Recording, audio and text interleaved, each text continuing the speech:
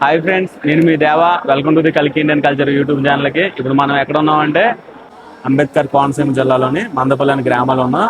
ఈ గ్రామంలో శ్రీ మందేశ్వర స్వామి దేవాలయం ఉంది. ఈ మందేశ్వర స్వామి దేవాలయాన్ని శనేశ్వర స్వామి దేవాలయం కూడా పిలుస్తారు. ఆ పేరు ఈ టెంపుల్కి ఎలా వచ్చిందో ఈ కథతో మనం తెలుసుకుందాం.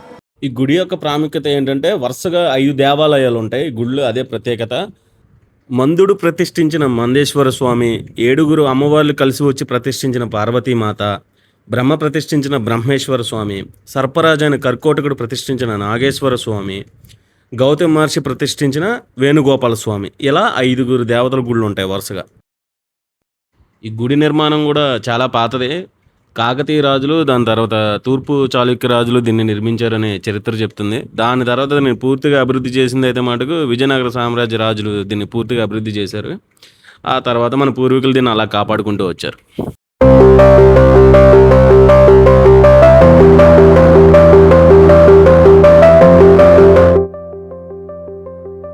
ఇక్కడ స్థల పురాణం ప్రకారం పూర్వం ఇక్కడ దతీచి మహర్షి ఆశ్రమం ఉండేది. ఈ దతీచి మహర్షి ఎవరు అంటే తన వెన్నుముక్కని ఇంద్రుడికి దానం చేశాడు.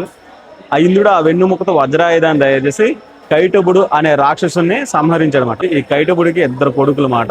అందులో ఒకడి పేరేమో అశ్వద్ధుడు, రెండో వాడి పేరేమో పిప్పలుడు. ఈ 2 కుమారులు ఏంటంటే మా నాన్నని ఇలాగా ఈ బ్రాహ్మణులు దానం చేసిన వెన్నుముక్కతోనే కదా ఇంద్రుడు వజ్రాయుధాన్ని తయారు చేసి మా నాన్న చంపాడన్న కోపంతో ఏం చేస్తారంటే బ్రాహ్మణులను అంతం చేయాలని చెప్పని అశ్వర్థుడేమో రావి చెట్టు రూపంలో, పిప్పలుడేమో బ్రాహ్మణుడి రూపంలో ఉండి యజ్ఞాలన్నింటినీ నాశనం చేయడానికి పూనుకుంటారనమాట. ఆ అశ్వర్థుడేమో రావి చెట్టు రూపంలో ఉంటాడు కదా, ఎవరైనా బ్రాహ్మణులు కానీ బాటసార్లు కానీ చెట్టు కింద సేతీరడానికి వస్తే అశ్వర్థుడు తినేస్తాడు. బ్రాహ్మణుడి రూపంలో ఉన్న పిప్పలుడు ఏంటంటే శిష్యులు ఎవరైనా వచ్చి వేదాలు నేర్పించమంటే పిప్పలుడు తినేసేవాడు అనమాట.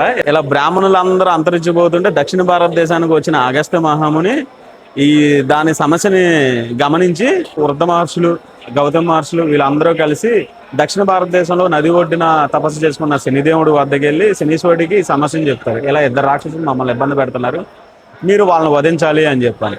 శనీశ్వరుడు ఏమంటాడంటే నా తపస్సు అవ్వగానే వచ్చి నేను ఖచ్చితంగా వధిస్తా అని చెప్పాను. అప్పుడు ఈ మునులు అందరూ ఏమంటారంటే మా తపస్సు శక్తులన్నీ మీకు ఇస్తాం, మీరు లేదు వధించండి అని చెప్పంటే సరే శనీశ్వరుడు వచ్చి వధించడానికి వచ్చి ఒప్పుకుంటాడు.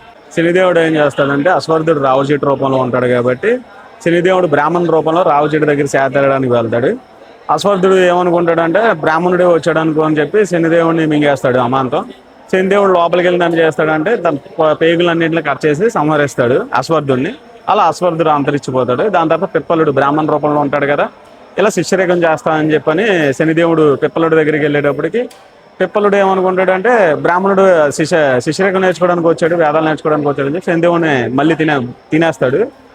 శనిదేవుడు మళ్ళీ ఏం చేస్తాడు, లోపలికి వెళ్ళి పిప్పలుడు కూడా పేగులు కట్ చేసి చంపేస్తాడు. ఇలా చంపిన తర్వాత వీళ్ళిద్దరి సమస్య చెరిగిపోతుంది. ఏంటంటే వీళ్ళ వంశం రాక్షస వంశం ఏంటంటే బ్రాహ్మణ వంశం సంబంధించిన వాళ్ళు. వీళ్ళు బ్రాహ్మణత్వ మహాపాపం కాబట్టి శనేశ్వరుడికి అది అంతకంటే ఏం చేస్తాడంటే ఇక్కడ శివలింగాన్ని ప్రతిష్ఠిస్తాడు. ఇలా శనీశ్వరుడు ప్రతిష్ఠించిన లింగం కాబట్టి శనీశ్వర లింగం అంటారు.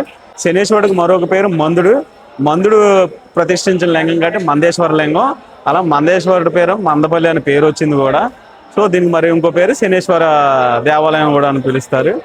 ఈ శివలింగాన్ని ప్రత్యేకంగా శనిదేవుడు ఆరాధిస్తారు. శనిదేవుడిలాగే నువ్వుల నూనె పోస్తారు. మనం మహారాష్ట్రలో శని సింగనాపూర్ చూసాం కదా, సేమ్ యాస్టేజ్గా అట్లాగే ఇక్కడ నూనెతో అభిషేకం చేస్తారు ఇక్కడ శివలింగానికి కూడా. అందుకే దీనికి శనీశ్వర దేవాలయం కూడా పేరు. ఇక్కడ ఏంటంటే మరొక ప్రత్యేకత, మనం ఇక్కడికి వచ్చి ఏలనాటి శని, అష్టమదశ శని ఏదో అంటారుగా, ఇక్కడ పూజలు కూడా చేస్తారు. శనిదేవుడు ప్రతిష్ఠించిన శివలింగం కాబట్టి శనిదేవుడికి బాగా ఇష్టమైన శనివారం రోజున భక్తులందరూ శనీశ్వర తీర్థంలో స్నానం చేసి ఆ తడి బట్టలతోనే శివునికి నువ్వుల నూనెతో అభిషేకం చేస్తే భక్తులు కోరుకునే సమస్త కోరికలన్నీ నెరవేరుతాయి. అలాగే తనతో శని దేవుడితో కలిగే బాధలు కానీ ఇతర గ్రహాలతో కలిగే పీడలు కానీ ఏవి లేకుండా ఉంటాయని చెప్పి శనిదేవుడు వరమిస్తాడనమాట. ఇప్పటిదాకా నేను చెప్పిన స్టోరీ మీకు నచ్చినట్టయితే, ఈ వీడియో చివరిదాకా చూసినట్టయితే షేర్ చేసి, లైక్ చేసి, సబ్స్క్రైబ్ చేయండి. ఇన్స్టాలో మన కలికి ఇండియన్ కల్చర్ అనే పేజ్ ఉంటుంది, దాన్ని సపోర్ట్ చేయండి. నెక్స్ట్ వీడియోలో మళ్ళీ ఒక కొత్త స్టోరీతో ముందుకు రావడానికి ట్రై చేస్తా ఉంటా. జై హింద్.